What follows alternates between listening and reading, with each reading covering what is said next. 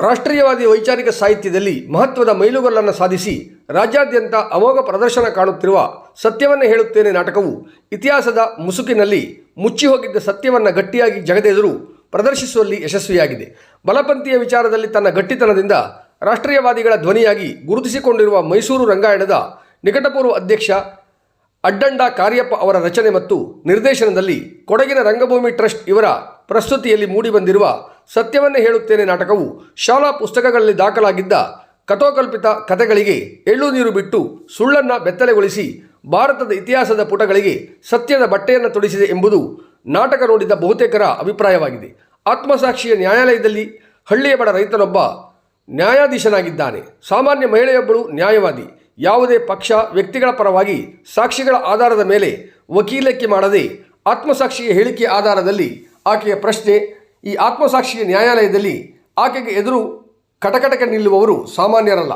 ಭಾರತದ ಇತಿಹಾಸದ ಚರಿತ್ರೆಯಲ್ಲಿ ಚಾರಿತ್ರ್ಯಾತ್ಮಕ ಹಿನ್ನೆಲೆಯುಳ್ಳ Mohan Das Karamchand Gandhi, Jawaharlal Nehru, Sardar Vallabhbhai Patel, doctor B R Ambedkar, Subhash Chandra Bose, Veer Savarkar ಅವರುಗಳು ಆತ್ಮಸಾಕ್ಷಿಯ ನ್ಯಾಯಾಲಯದಲ್ಲಿ ಕಕ್ಷಿದಾರರಾಗಿ ನಿಲ್ಲುತ್ತಾರೆ. ಭಗವದ್ಗೀತೆಯನ್ನು ಮುಟ್ಟಿ ಸತ್ಯವನ್ನೇ ಹೇಳುತ್ತೇನೆ ಎಂದು ಪ್ರಮಾಣ ಮಾಡಿ ಬದುಕಿದ್ದಾಗ ಬೇಕೆಂತಲೇ ಹುದುಗಿಸಿಟ್ಟಿದ್ದ ಸತ್ಯವನ್ನು ಮರಣದ ಬಳಿಕ ಆತ್ಮಸಾಕ್ಷಿಯ ನ್ಯಾಯಾಲಯದಲ್ಲಿ ಎಳೆಯಾಗಿ ಬಿಚ್ಚಿಡುವ ಸನ್ನಿವೇಶಗಳು ಮಣ್ಣಿನಲ್ಲಿ ವರಲೆ ಹಿಡಿದು ಕೂತು ಹೋಗಿದ್ದ ಸತ್ಯದ ಪುಟಗಳನ್ನು ಒಂದೊಂದಾಗಿ ತೆರೆದಿಡುತ್ತದೆ. ಸ್ವಾತಂತ್ರ್ಯ ಹೋರಾಟದ ನೈಜ ನೇರ ಪರಿಚಯವನ್ನು ತಾವೇ ನ್ಯಾಯಾಲಯದ ಕಟಕಟೆಯಲ್ಲಿ ಮಾಡಿಕೊಡುವ ಪ್ರಾಂತಗಳಂತೂ ನೋಡುಗರಲ್ಲಿ ರಣಕೌತುಕವನ್ನು ಸೃಷ್ಟಿಸುತ್ತದೆ. ಕೆಲವೊಂದಿಷ್ಟು ಬಾರಿಯಂತೂ ನಮ್ಮ ನಾಯಕರು ಎನಿಸಿಕೊಂಡವರು ಹೀಗೂ ಇದ್ದಿದ್ದರಾ ಅಥವಾ ಹೀಗೆಲ್ಲ ಇದ್ದವರು ನಮ್ಮ ನಾಯಕರಾಗಿದ್ದಾರಾ ಎಂಬ ಸಂಶಯ, ಬೇಸರಗಳು ನೋಡುಗರ ಮನದಾಳದಲ್ಲಿ ಮೂಡದೇ ಇರುವುದಿಲ್ಲ. ಕನ್ನಡ ರಂಗಭೂಮಿಯ ಇತಿಹಾಸದಲ್ಲಿಯೇ ಇಂಥದ್ದೊಂದು ಪ್ರಯತ್ನ ನಡೆದಿರಲಿಲ್ಲ. ಕೊಡಗಿನ ಅಡ್ಡಂಡ ಕಾರ್ಯಪ್ಪ ಇಟ್ಟ ಹೆಜ್ಜೆಯನ್ನು ಗಟ್ಟಿಯನ್ನಾಗಿಸಿ ಪ್ರೇಕ್ಷಕರ ಒತ್ತಾಸೆಯಂತೆ ರಾಜ್ಯಾದ್ಯಂತ ತಮ್ಮ ನಾಟಕದ ಪ್ರದರ್ಶನವನ್ನು ಏರ್ಪಡಿಸಿ ಕಳೆದ 70 ವರ್ಷಗಳ ಕಾಲ ಪರದೆಯ ಹಿಂದೆ ಅವಿತಿದ್ದ ಸತ್ಯದ ಅನಾವರಣವನ್ನು ಮಾಡುವ ಪ್ರಯತ್ನ ಮಾಡಿದ್ದಾರೆ.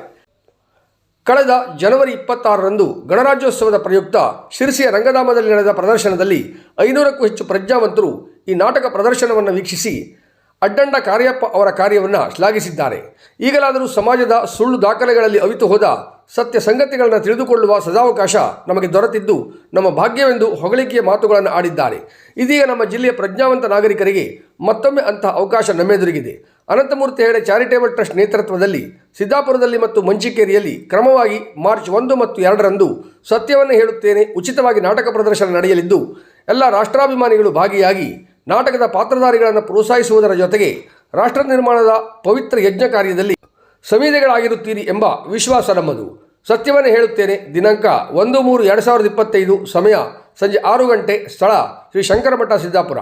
ದಿನಾಂಕ 2/3/2025, ಸಮಯ ಸಂಜೆ 6:30 ಗಂಟೆ, ಸ್ಥಳ ರಂಗಮಂದಿರ ಮಂಚಿಕೇರಿ, ಯಲ್ಲಾಪುರ. ನಮಸ್ಕಾರ. ಸಿದ್ದಾಪುರದ ಅನಂತಮೂರ್ತಿ ಹೆಗಡೆ ಅವರು ಒಂದು ಸಾಹಸಕ್ಕೆ ಕೈ ಹಾಕಿದ್ದಾರೆ. ಆ ಸಾಹಸ ಏನಂತ ಹೇಳಿದ್ರೆ ಸತ್ಯವನ್ನೇ ಹೇಳುತ್ತೇನೆ ನಾಟಕವನ್ನ ಏರ್ಪಡಿಸಿರುವುದು ಸಿದ್ದಾಪುರ ಮತ್ತು ಮಂಚಿಕೇರಿಯಲ್ಲಿ ಮಾರ್ಚ್ 1ರಂದು ಮತ್ತು ಮಾರ್ಚ್ 2ರಂದು 2 ದಿನ ಸತ್ಯವನ್ನೇ ಹೇಳುತ್ತೇನೆ ನಾಟಕ ಇದೆ. ಚರಿತ್ರೆಯ ಸತ್ಯಗಳನ್ನ ಅನಾವರಣಗೊಳಿಸುವುದು ಈ ನಾಟಕದ ಉದ್ದೇಶ. ಹಾಗಾಗಿ ಇದು ಈ ತಂಡದ ರಂಗಭೂಮಿ ಟ್ರಸ್ಟ್ ಅಂತ ಹೇಳೋ ತಂಡದ 35ನೇ ಪ್ರದರ್ಶನಕ್ಕೆ ಸಿದ್ದಾಪುರ ಸಿದ್ಧ ಆಗ್ತಾ ಇದೆ. 36ನೇ ಪ್ರದರ್ಶನಕ್ಕೆ ಮಂಚಿಕೇರಿ ಸಿದ್ಧ ಆಗ್ತಾ ಇದೆ. ಈ 2 ಪ್ರದರ್ಶನಗಳಿಗೆ ಸಿದ್ದಾಪುರ ಮತ್ತು ಮಂಚಿಕೇರಿಯ ಹೆಚ್ಚಿನ ಗ್ರಾಮಸ್ಥರು, ಕಲಾಭಿಮಾನಿಗಳು, ರಾಷ್ಟ್ರೀಯ ಚಿಂತನೆ ಇರುವ ಬಂಧುಗಳು ಬರಬೇಕು ಅಂತ ನಾನು ಅಪೇಕ್ಷೆ ಪಡ್ತೇನೆ. ರಂಗಭೂಮಿ ಟ್ರಸ್ಟ್ ನಮ್ಮ ಸಂಸ್ಥೆಯಿಂದ ಈ ನಾಟಕ ಪ್ರದರ್ಶನ ಆಗ್ತಾ ಇದೆ. ಸಿರಸಿಯಲ್ಲಿ ಈ ಮೊದಲು ಈ ನಾಟಕ ಪ್ರದರ್ಶನ ಆದಮೇಲೆ ಬಹಳ ಕುತೂಹಲ ಎದ್ದಿದೆ. ಇಂಥದ್ದೊಂದು ನಾಟಕ ರಂಗಭೂಮಿಯ ಇತಿಹಾಸದಲ್ಲಿ, ಅದರಲ್ಲೂ ಕನ್ನಡ ರಂಗಭೂಮಿಯ ಇತ್ತೀಚಿನ ವರ್ಷಗಳ ಇತಿಹಾಸದಲ್ಲಿ ಒಂದು ಹೊಸ ರೀತಿಯ ಪ್ರಯೋಗ, ಜನರನ್ನ ಬಡಿದೆಬ್ಬಿಸುವ, ಜನಜಾಗೃತಿ ಉಂಟು ಮಾಡುವ ಈ ಪ್ರಯೋಗಕ್ಕೆ ನೀವೆಲ್ಲ ಸಾಕ್ಷಿಗಳಾಗಬೇಕು. ಬನ್ನಿ, ಮಾರ್ಚ್ 1 ಮತ್ತು ಮಾರ್ಚ್ 2ರಂದು ಸಿದ್ದಾಪುರದಲ್ಲಿ ಶಂಕರ ಮಠದಲ್ಲಿ ಸಂಜೆ 6 ಗಂಟೆಗೆ, ಮಂಚಿಕೇರಿಯ ರಂಗಮಂದಿರದಲ್ಲಿ ಮಾರ್ಚ್ 2ಕ್ಕೆ ನೀವೆಲ್ಲ ಬರ್ತೀರಿ. ರಾಷ್ಟ್ರೀಯ ಚಿಂತನೆಯಲ್ಲಿ ಹಿಂದುತ್ವ ಮತ್ತು ರಾಷ್ಟ್ರೀಯತೆಯನ್ನು ಕಟ್ಟಿಕೊಡುವ ಕಾಯಕದಲ್ಲಿ ನೀವೆಲ್ಲ ಭಾಗಿಯಾಗ್ತೀರಿ ಅಂತ ನಾನು ಅತ್ಯಂತ ಪ್ರೀತಿಯಿಂದ ಅನಂತಮೂರ್ತಿ ಹೆಗಡೆ ಅವರ ಪರವಾಗಿ ನಿಮ್ಮನ್ನು ಸ್ವಾಗತ ಮಾಡ್ತಾ ಇದ್ದೇನೆ. ನಮಸ್ಕಾರ.